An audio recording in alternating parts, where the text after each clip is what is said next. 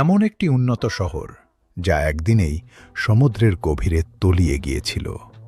Atlantis কি সত্যিই ছিল, নাকি এটি শুধুই একটি রূপকথা? প্রায় 2300 বছর আগে গ্রিক দার্শনিক প্লেটো প্রথম এই শহরের কথা লিখেছিলেন।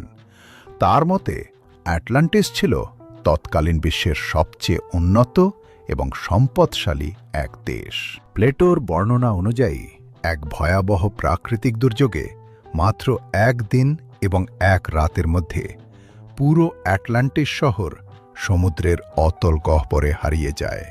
হাজার বছর ধরে অভিযাত্রীরা অ্যাটলান্টিক মহাসাগর থেকে শুরু করে ভূমধ্যসাগর সবখানেই এটি খুঁজে চলেছেন। অনেকে মনে করেন আফ্রিকার সাহারা মরুভূমিতে থাকা আই অব দ্য সাহারা বা রিশাদ স্ট্রাকচারই হল সেই হারিয়ে যাওয়া শহর।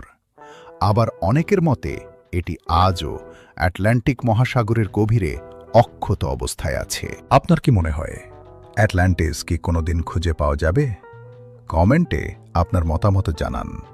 এমন আরও হারিয়ে যাওয়া রহস্যের খবর পেতে মিসেলেনিয়াসকে ফলো করুন।